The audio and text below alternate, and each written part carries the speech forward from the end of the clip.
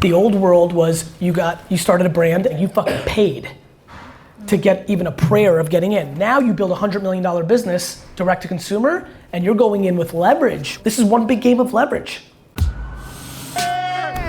You got your perspective. I just want to be happy. Don't you want to be happy? Super excited that you're here. Excited for this fireside chat. We have plenty of seats, so everybody standing back, feel free to fill out. I apologize if I rush out on a whim. I gotta get to the airport, and I've learned my lesson on missing flights in this town in the past, so I'll be following D-Rock's call, and so let's get into it. Yeah, nice, cool. My name's I'm a senior reporter, drawn and cover brand digital, so excited to be here today to chat about pure digital brands. And I guess we can kick off with talking about Empathy Wines, which you recently launched, Gary.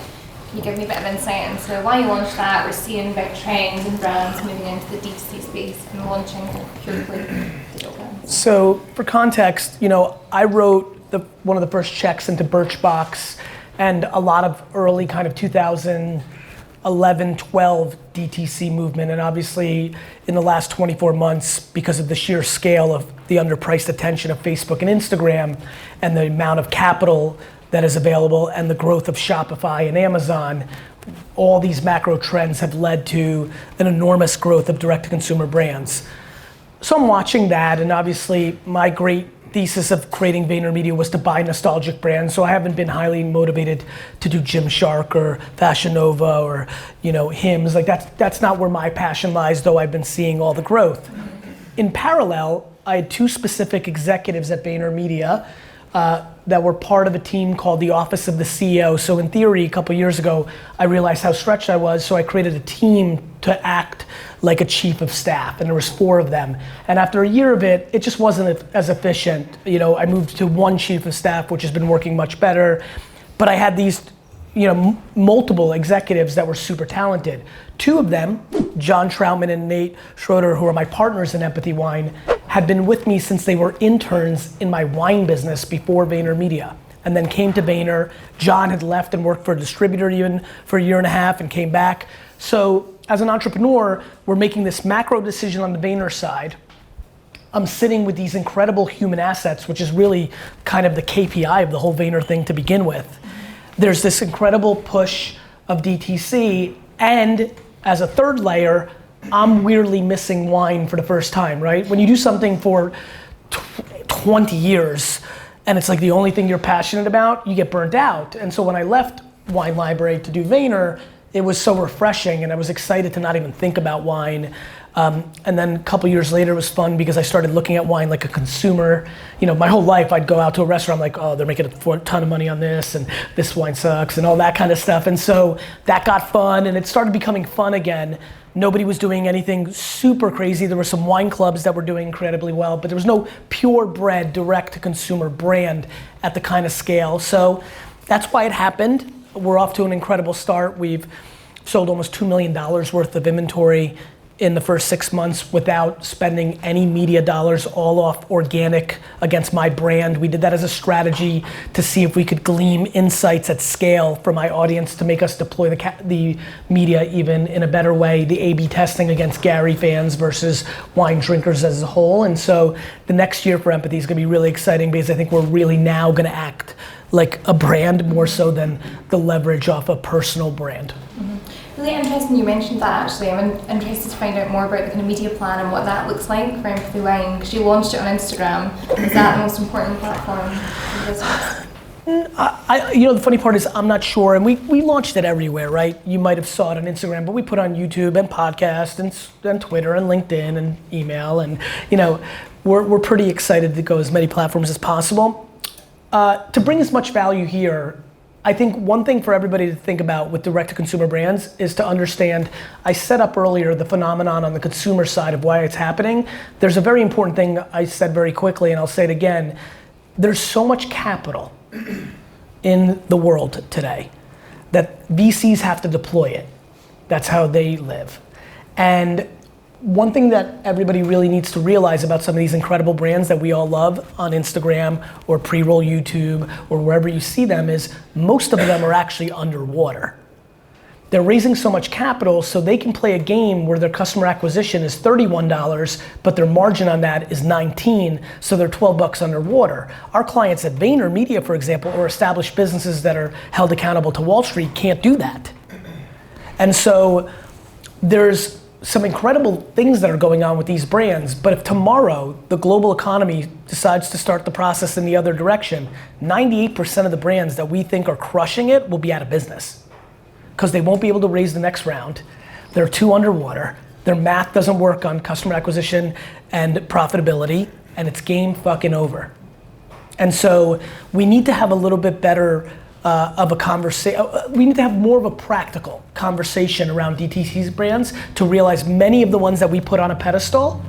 I always say to my friends, it doesn't take a hero to lose money every month. And I think we need to be thoughtful that a lot of these brands are not building actual brand. They're really CAC and LTV conversion sales machines that are arbitraging against influencers or Instagram, and they need to be very thoughtful about building brand right now, because when shit hits the fan, it will be brand that will get them through the dark time. What is the best way for DTC brands to build brand then? You know, we're seeing a lot of like out of home and traditional TV ads from these kind of pure digital players. I think it's a huge mistake. And I think you're seeing it because they're wasting money and they don't care. And I think that the biggest delta is we literally, what's amazing to watch these brands go so heavy on traditional above the line creative is that the great case study of modern creative comes in the form of Dollar Shave Club. The Dollar Shave Club video is this generation's Just Do It or Where's the Beef. It really is an iconic piece of creative that birthed the billion-dollar brand. The number one mistake that direct-to-consumer brands at scale are making right now is not creating long-form video on Facebook and YouTube to build brand equity. And that's how I see it. And I think there are a couple brands that are actually, for that matter. Purple Mattress. If you nerd on this stuff, you should go look at what Purple Mattress is doing as a company versus what Casper is doing as a company, right? One is very hardcore DTC and is growing and is the leader, Casper, but Purple is creating a lot of creative. The $180,000 production and creative execution risk of making a funny video, a video that makes you cry, a video that makes you think, if you hit that, your CAC and LTV numbers get really good real fast. Because now you're trading on brand. And that's the ultimate goal. And then in terms of platforms, yes. What does it mean for social media platforms, retailers? What does this shift mean? Well, it means that the Facebooks of the world, the Googles of the world are getting more of their, I mean, it's crazy. You have two gals in middle of nowhere starting a direct-to-consumer peanut butter brand and 2 years later spending more money on Facebook and Instagram than does. Mm-hmm. Like, if you go talk to Facebook executives that run their business, they are getting way bigger budgets from companies you've never heard of. And that is probably my favorite thing that's kind of going on. Literally, when you look at the top spenders on these platforms, it will blow your mind. Literally a brand you've never heard of. And that's because one trades on sales data and another one trades on internal MMMs or reporting. Coming back to your earlier point, is there danger in building your whole brand on one platform? Yes. What is the danger of that? You become one-dimensional, and a one-dimensional fighter is vulnerable. And what about retail? And I'll instead of just like making a fun statement, let me add a little bit to that. Look, anytime you're looking for growth, you know, this is actually a fun way to create some clarity about how I think about the world. I don't hate traditional media. I think over a long period of time, it became overpriced. I actually love outdoor, for example. Outdoor gets seen. You know, not everybody's looking at their phone every second, and if you really like, I love UI and UX in real life, so I like outdoor quite a bit. I just like to buy it when it's remnant, and I can buy it for 1 month for $2,000 instead of the $24,000 they want when you buy it for 6 month contract. So to me, the danger of being one-dimensional is, why would you want to be one-dimensional, right? You're gonna squeeze the crap out of one fruit and you've squeezed all the orange juice out of the orange, but there's a grapefruit right here. You should start and even if the grapefruit's small, there's still juice in there. And so to me, I think about overpriced and underpriced attention. And as real estate prices come down in a soft economy and more internet business, inevitably it's gonna turn and storefronts are gonna be a good buy. So there's a bunch of companies that are about to go out of business because they signed big leases 7 years ago, didn't factor in e-com, and they're underwater. They'll go. Demand for retail, everyone's a headline reader, like don't buy retail, it's the internet. So what will happen is demand will go down. So retail in 2 to 3 years, especially if the economy gets soft, is gonna be a fucking deal for these brands that get walk-in traffic. I mean, still, everybody here bought something in a store recently. So, yeah, there's just no reason to be one-dimensional. What do you think about these brands moving into physical retail spaces? Harry's in the UK is just in a big deal with Boots. I'm into it. I think you expand your business, you've got the leverage as a DTC brand. You know, the old world was you started a brand and you fucking paid to get even a prayer of getting in. Now you build a $100 million business direct to consumer and you're going in with leverage. This is one big game of leverage. Well, I want to take some questions from the audience if there are any, before Gary goes to catch his flight. Just stick your hands up. I'll ask a question. So your recent campaign with K-Swiss you brought out, I saw on social media. Thank you. It's incredible, by the way. Thank you. That's very much a branded piece by yourself, I imagine. Where do you see that going, you know, and where's this kind of fitting into your vision of building brands? So, just to catch up everybody, this week we launched the 4th collaboration with K-Swiss, and what we decided to do this time was do an above, you know, I love eating my own dog food. So I'm yelling at everybody for not doing longer form brand videos to drive their business. And so I said, then I'll do it for this. So and then I said, what's underpriced attention? Influencers are underpriced. So I reached out to a huge slew of influencers who follow me and offered to pay them. And we made a very long form video at Vayner Productions. I was very uninvolved, obviously, besides sitting and answering questions, which they used some of it in the video, but very little me in comparison to everything else. We made a long form video that a bunch of influencers posted for awareness. And it was just a brand piece. It was just kind of more similar to the stuff I normally put out, but more production value. No different than the Dwayne Wade Budweiser piece we did or the Maxwell House piece we did. So, and the impact on sales was extraordinary. It drastically outperformed Clouds and Dirt, which was more sales, more of that approach. And so you can imagine, and here's the best part, back to not caring about outdoor or radio or television. I didn't care if it was gonna fail because I know creative is the variable of success. But it worked extremely well. There was a lot of emotion as well you put into it. Yeah, I mean, look, I apologize for cutting you off. If you're gonna make content, you need people to feel something when it's done. Whether they laugh, they cry, they think, like, yeah, I mean, that was the most important. If the video sucked shit, we wouldn't have sold sneakers. You know, and so we went with a brand approach on digital because, like I said in some meetings today with some of the leaders, I believe that digital, Facebook, Instagram, YouTube, LinkedIn is the place to build brand, not do lower funnel sales. I think that's the place to do 2, 3, 4, 5, 6 minute videos because I think that's the place where people are consuming information. It's not super complicated. And once everybody wraps their head around it, it's so funny to see the creative landscape push against this because they put the emotion and the ideology of TVC on a pedestal. Meanwhile, every creative on earth would much rather have 2 minutes and 13 seconds to tell a story than 30, or at least the appropriate amount of time to tell the story versus being confined to a 30, a 15, or a 6. You mentioned influencers there. What role do they have in this D2C world? A huge role. Influencers by nature are creative and distribution media, all in the price of one, with word of mouth, affirmation, and co-signing. They're the great deal of our industry, yet there's enormous scrutiny around it because people like headline reading instead of being practitioners. Cool. Does anyone have any more questions that they want to ask? What's the best? What's your name? I'm Sam. Sam. We started working, guys. Yes. Thank you. How do we keep track of like which channels are of good value? Say at the moment outdoor might not be. How do we know what to? It's a great question. We were just having this debate upstairs. Like, look, what you measure against is so imperative, right? You know, to me, if I'm a business, I'm trying to suffocate the shit out of everything I do to prove to me that it's driving. So for example, if I'm a retailer, which I grew up one, so this one comes natural to me, I want to do branded outdoor with actually a product and offering and not offer that product and offering anywhere else in the world, so that I've suffocated the variables to understand that that was the channel that drove the behavior in my 713 stores against a $49,000 production cost and a $637,000 outdoor media spend.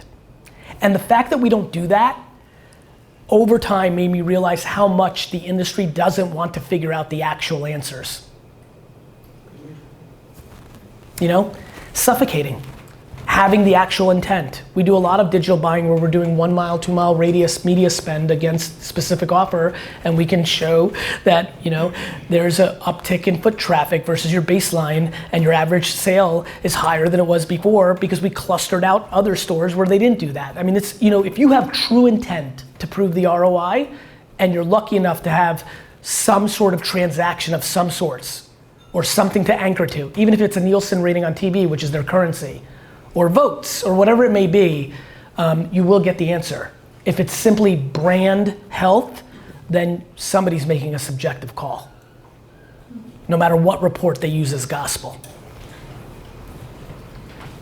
Any other questions? Anyone else? Yeah. Empathy wine coming Yes. to the UK. Yes. When? We just had this discussion with them. We're working on it. One thing that was very important to me is if this wine went into new markets, that market didn't pay an extra vig where it was just paying more than the American consumer, or to the best of my ability, because sometimes like we're going to Canada. Canada is a mafia. The whole country owns the whole ecosystem. You can only do so much. So we're looking at several options. I think I'd be surprised if we weren't here within the next 6 months. Yeah, I'm really excited about it. Sam. Another Sam. By the way, did you guys see Gary will be extinct in the UK by 2050? Yeah. You see that article? Yeah. Not since 1992. There's not been a single kid named Gary in the UK since 1992. I apologise. I'm gonna super focus on my brand in this region to inspire at least one transaction. Loads of Garyvees. Yeah, exactly. Real quick, and I apologize because this is gonna be value. I failed almost every class I took except history. And I never, ever, and I mean this, knew why until recently. Basically, the reason I end up being right about a lot of things is the conversation you and I just had. Everything repeats itself. It's pattern recognition. That's right, that's why these brands are in deep fucking shit if they don't start building real brand. What they're doing that scares the fuck out of me is I think they're wasting 85 to 90 cents on every dollar they spend on marketing, doing old things with old reports, which is the only thing they can do, which is contemporary branding to build relevance, to offset the deep technology disadvantages they're sitting with. So what would you do if you were in hotels? Build brand.